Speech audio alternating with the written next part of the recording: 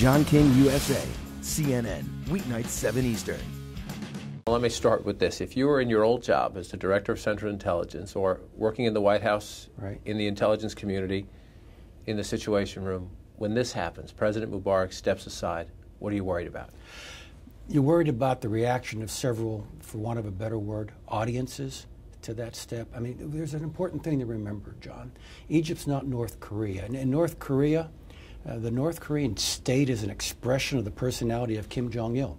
So if Kim Jong-il leaves, wow, things are going to be different. But that's not the case here.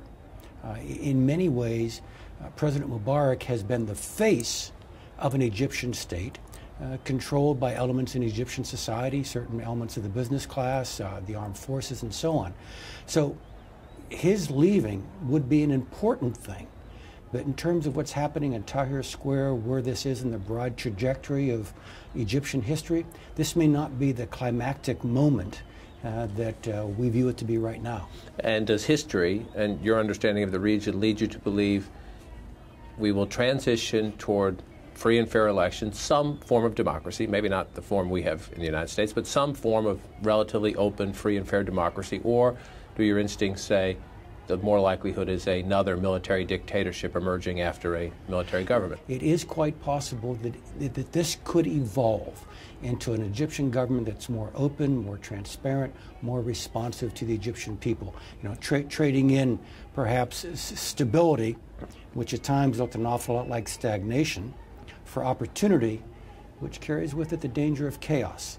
And so this is something, the transition is going to have to be very carefully managed. I think the key point is going to be who ultimately is going to be responsible for this transition. And I assume you think that will be the military. The military has a broad role to play. It remains to be seen how active they might be. They might be quite content. In fact, I think it would be a preferred position to be in the background, again, in their own way, setting the limits with regard to the evolution.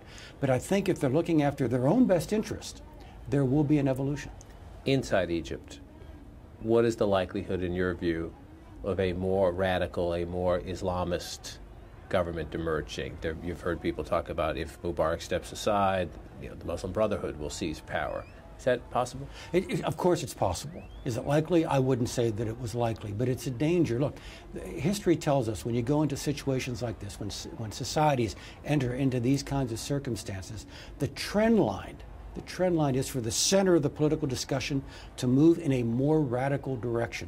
What about a domino effect? We know there have been other demonstrations in the region. We've had change in Tunisia, but will this have a domino effect in Jordan, in Yemen, in Saudi Arabia? What about Iran? It clearly has effects. We've already seen that. But these are different. Each of these are different societies.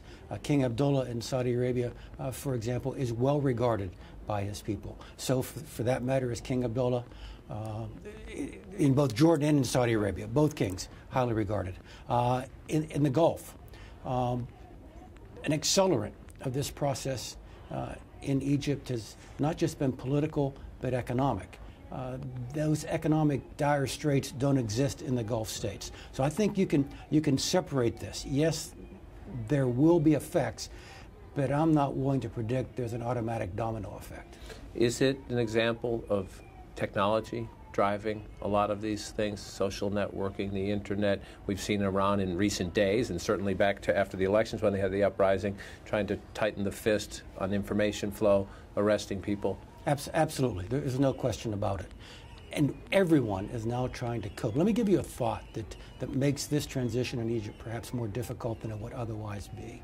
In our history, we would expect when you get hundreds of thousands of people in an organized demonstration in Tahrir Square, that's a product of months, if not years, of preparation, of quiet cells organizing, of leadership developing, of leaders emerging, of platforms being constructed. That didn't happen here. This was the product of Facebook and Twitter. What's actually happened is that we've skipped over the organizing step. So now one of the real questions we have is, who are those folks? Who's leading them?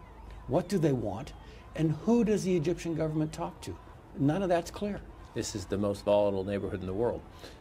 What does Osama bin Laden make of this? What does al-Awlaki and al-Qaeda in the Arabian Peninsula think of this? Well, they certainly take some celebration that someone who has been a long-time friend of the United States is going through these kinds of circumstances. I think that would be heartening to them. But when they step back and look at this strategically, this isn't the creation of the caliphate. And although we talked earlier, there may be some dangers about this moving in the direction of the Muslim Brotherhood, that's not foreordained.